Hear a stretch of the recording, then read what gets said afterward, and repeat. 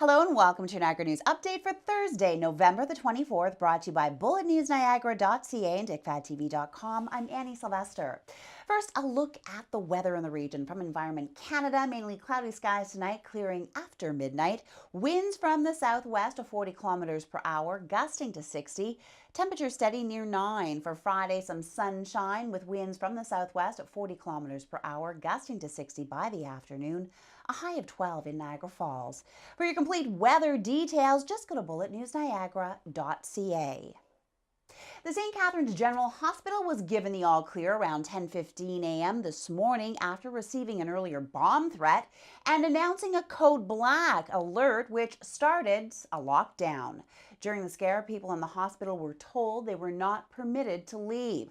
Staff began searching cupboards and storage areas. Later, Niagara Regional Police and a private security firm swept through each floor. Neelan DeVay, media officer for the NRP, said police found there was no credible threat and that the situation was resolved as quickly and safely as possible. Well, it's confirmed Janice Thompson has been appointed chairwoman of the Niagara Parks Commission's Board of Directors effective November the 16th.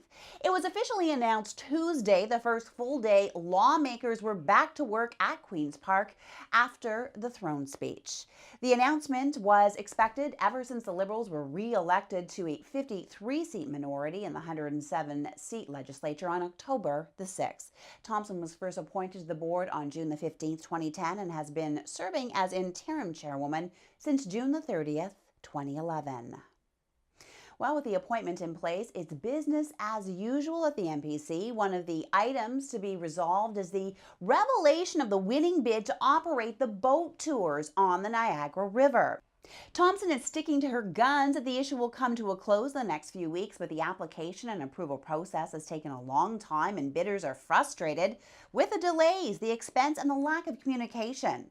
Once the initial evaluation is done, the NPC receives a recommendation that they then evaluate and recommend further to the Ministry of Tourism, who finally takes it to the provincial cabinet for final approval. In 2008, it was revealed the NPC had quietly awarded an untendered 25-year lease to operators of the Maid of the Mist tour boat excursions. 2 government reviews later, the Ontario Ministry of Tourism ordered them to conduct a competitive bidding process for lease in 2009.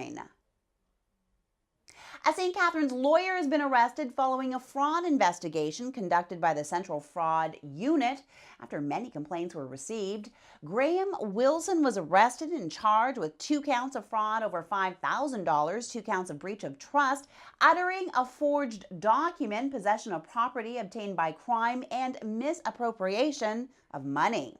Wilson appeared for a bail hearing and was released with several conditions. As the investigation continues, if anyone has any information, they can call 1-800-222-TIPS.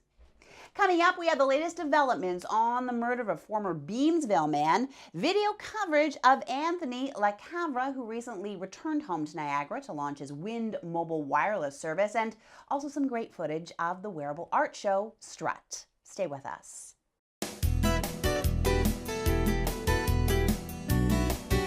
Hello, my name is Albert Zappatelli, and I'd like to welcome you and your family to Zappi's Pizza and Pasta in the great city of Niagara Falls. Our goal is simple, to provide the freshest and tastiest homemade food the city has to offer.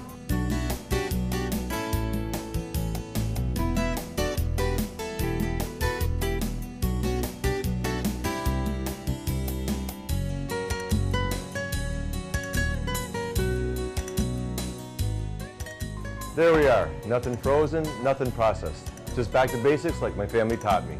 Thank you and enjoy.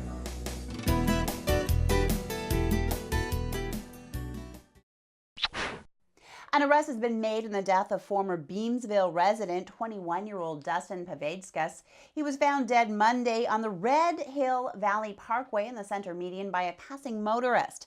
The cause of death has not been released at this time, and the identity of the 18-year-old charged in the case is yet to be released. Successful Niagara entrepreneur Anthony LaCavra returned home recently to launch his new Wind mobile wireless service in the area. On the way, he stopped by to share his wisdom with award nominees at the Niagara Entrepreneur of the Year Award nominee breakfast held at Club Roma. Bullet News' John Robbins got a chance to catch up with him and get his views on the importance of entrepreneurs. Entrepreneurship really is the backbone of our economy. Creating real sustainable new jobs is so important to our long-term global competitiveness, Canada's productivity and global competitiveness. So I'm a very big believer this is such an essential part of our economy, and as I said, it's under-recognized. So we need to work together as entrepreneurs to make entrepreneurship, instead of it being an unusual profession, one that everyone has the opportunity to pursue with confidence. So I'm a big believer of organizations like NEYA, and I'm really supportive of this type of initiative. LeCavre added that Niagara can be proud of its homegrown talent. Niagara businesses have the ability to compete head-to-head with any other region of the province, but the region has more work to do to market itself beyond its borders. And finally, Strut, the wearable art show, hit the runway in St. Catharines. I was there to take in the incredible spectacle.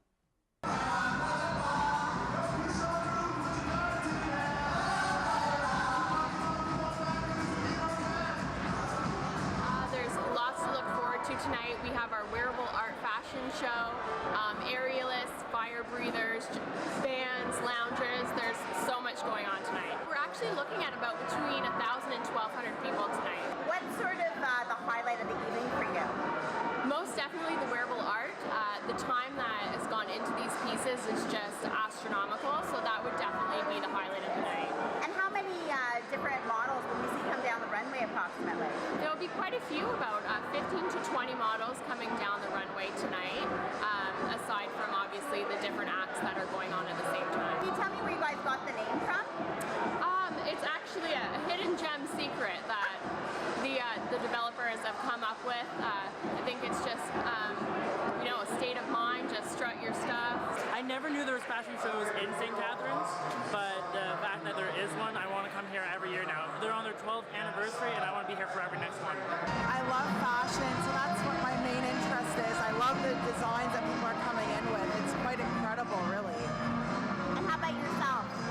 I love how avant-garde most of the outfits are. They're very interesting, very Lee Bowery. Even the high fashion hairstyles too, they're just incredible. I think it's quite amazing because I find St. Catharines doesn't have a lot of fashion shows. So I think this is very, it brings fashion-oriented people together all in one night. So I think it's fantastic. And that concludes today's news. For your up-to-the-minute headlines, go to bulletnewsniagara.ca. For our video site, check out ikfadtv.com. I'm Annie Sylvester. Thanks for joining us.